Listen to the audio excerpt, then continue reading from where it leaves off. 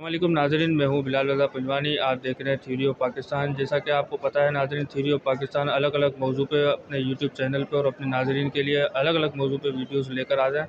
आज हम मौजूद हैं सिटी कोर्ट में, जहाँ पे कादियानियों के ख़िलाफ़ यहाँ पे पटिशन दायर की गई है जमशेद क्वार्टर में, सदर पीटी थाने में। और 2022 से ये दरख्वास्तें ज़ेर समाअत हैं और इसकी तफ़सीलात, इसकी डिटेल आपको थोड़ी देर में इनके वकला से और मुद्दइयों से भी आपको बताएंगे कि इसकी केस की डिटेल क्या है और ये केस कहाँ तक पहुँचा है। जी तो नाज़रीन, हमारे साथ मौजूद है अहले सुन्नत हेल्प डेस्क के मेंबर जनाब मोहम्मद शहबाज कादरी साहब। इनसे तफ़सीलात लेते हैं और क्या मामला हैं कोर्ट के, क्या केस हैं, इनकी पूरी तफ़सीलात लेते हैं। अस्सलाम वालेकुम। वालेकुम अस्सलाम रहमतुल्लाह। अच्छा, आज का जो केस चल रहा है, जो है मामलात हैं, इसकी ज़रा डिटेल बताइएगा।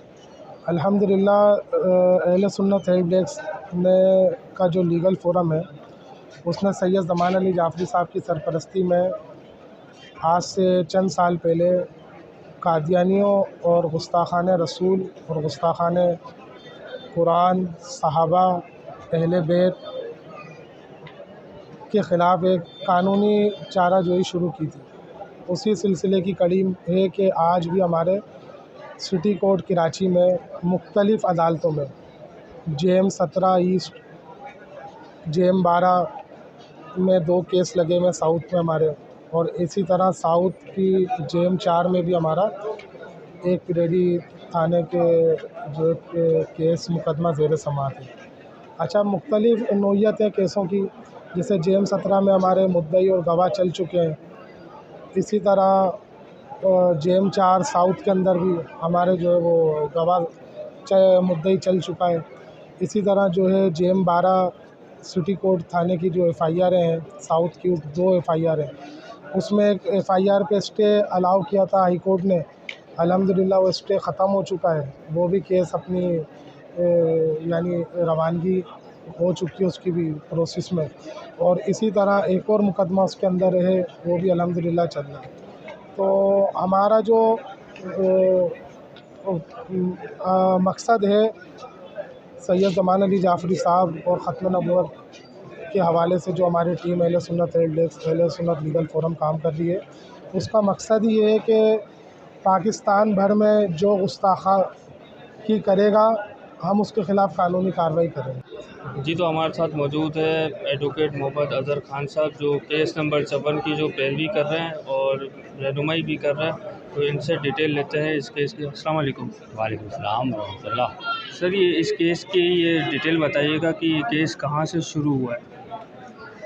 जी, केस हमारा ये जेएम साउथ के अंदर हमारा केस लगा हुआ था। तो वहाँ पर कादियानी की तरफ से वकील है जो ख़ुद भी कादियानी है, और उसने अपने नाम का वकालतनामा दिया जिसमें उसने अपने नाम के साथ एस सैयद लिखा। तो जिस पर हमने उससे इसरार किया कि भाई आप तो कादियानी हो, गैर मुस्लिम हो, तो कादियानी गैर मुस्लिम अपने आप को सैयद नहीं कह सकता।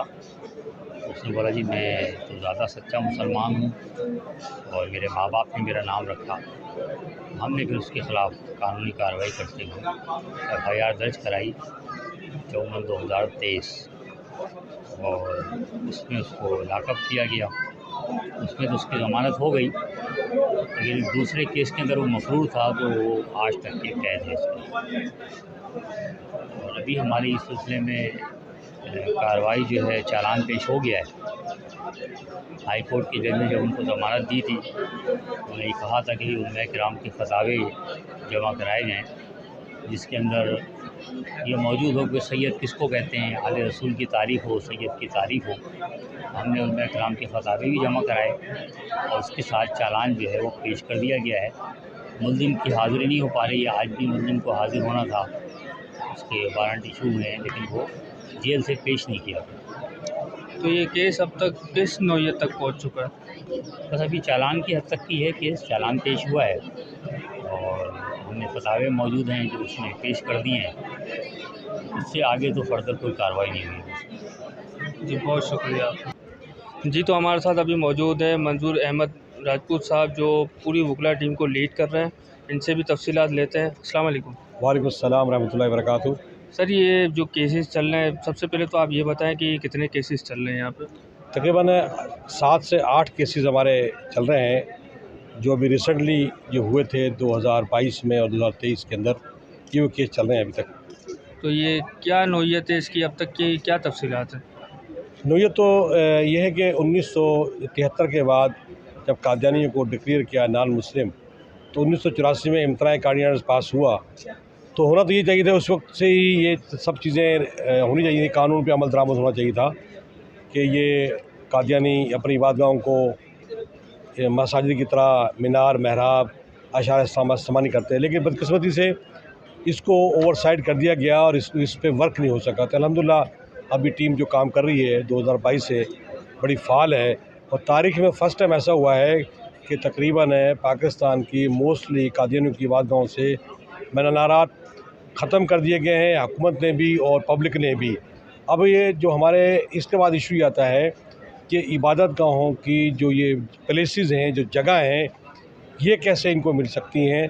कानून में पाकिस्तान की सरज़मीन पर 1973 के आइन के तहत कादियानियों को 1 इंच जगह इबादतगाह के लिए अलाट नहीं हो सकती उस वक्त तक जब तक कादियानी अपने आप को मिनॉरिटी में रजिस्टर नहीं कराएंगे। जो मिनॉरिटीज़ के राइट्स हैं, जैसे क्रिश्चियंस के हैं, हिंदू के हैं, सिखों के हैं, इस तरह इनके राइट भी हो जाएंगे। लेकिन ये पाकिस्तान की आवाम को, पाकिस्तान की इंतज़ामिया को, यहाँ की हुकूमत को आँखों में धूल झोंक के बैठे हुए हैं और कभी मुख्तलिफ राग तरीक़े करते हैं। लेकिन अल्हम्दुलिल्लाह जो टीम अभी काम कर रही है बिल्कुल परफेक्ट काम कर रही है, कानून के मुताबिक कर रही है। जो कानून में रेमेडी अवेलेबल हैं उनके तहत काम कर रही है, कोई गैर कानूनी काम नहीं करी। अल्हम्दुलिल्लाह अब हमारे केस बड़ी फास्ट ट्रैक पर चल रहे हैं और अल्हम्दुलिल्लाह इनको जल्द हम इसको अंजाम तक पहुँचाएँगे इंशाल्लाह। अच्छा, ये मुकदमात किस किस एरिया से में दर्ज हुए हैं और ये किस किस की समातें चल रही हैं? ये आज 2 केस थे। एक हमारा केस था सिटी कोर्ट में, एक मुकदमे में कादियानियों को गिरफ़्तार किया गया था, तो उसने अपने कुछ डॉक्यूमेंट्स पेश किए थे कोर्ट के अंदर अपनी इबादतगाह के हवाले से। तो उसमें जो डॉक्यूमेंट्स पेश किए गए थे वो कागज़ात भी होना तो चाहिए कि उनकी इबादतगाह के होते, वो कागज़ात भी मॉस्क के थे। 1951 में एक सोसाइटी ने मस्जिद की अलाटमेंट दी गई थी। जब 1951 में जब मस्जिद तो होती मुसलमानों की है, और उस पर अशार इस्लाम इस्तेमाल किए थे। इनका वकील था, उसने अपने आप को सैयद लिखा हुआ था। तो हमने कोर्ट से कागज़ात लिए, 17 नंबर GM से सिटी कोर्ट में दरख्वास्त दी कि साहब कादियानियों ने अशार इस्लाम 298(B)(C) के तहत आईन पाकिस्तान के तहत ये अशार इस्तेमाल नहीं कर सकते, इन्होंने कोर्ट के अंदर किए हैं। तो कोर्ट से कागज़ लेके सिटी कोर्ट थाने में दरख्वास्त मुकदमा रजिस्टर्ड हुआ, उसके ख़िलाफ़ आज उसकी दरख्वास्त FIR की समात थी। इन्होंने बरी की दरख्वास्त लगाई थी। बरी की दरख्वास्त में आज हमने बहस की है और इंशाल्लाह उसमें 18 तारीख को उसमें ऑर्डर हो जाएगा। अच्छा, अभी अभी हमें पता चला है कि किसी के वारंट गिरफ़्तारी भी जारी हुए हैं। हाँ, इसके बाद एक नेक्स्ट जो केस था आज GM साउथ की कोर्ट में परेडी की हदूद में, वहाँ अब्दुल कादिर पटेल साहब उसमें मुद्दई हैं और ये पहले मुद्दई हैं इन मीनारात के जो मीनारात गिराए गए थे, मीनारात का जो मुकदमा उठा, आवाज़ उठी, अब्दुल कादिर पटेल साहब मुद्दई थे। उसकी FIR हमने कटवाई थी यहाँ पर परेडी थाने के अंदर। तो उसमें आज इनका बयान हो चुका था, क्योंकि वो कादियों की तरफ से पिछली तारीख से 2 दिन पहले इसकी जो बरी की दरख्वास्त थी वो डिसमिस हुई थी। और आज हमारे गवाह भाई सलीम और नोमान भाई मौजूद थे, अब्दुल कादिर पटेल साहब में थे।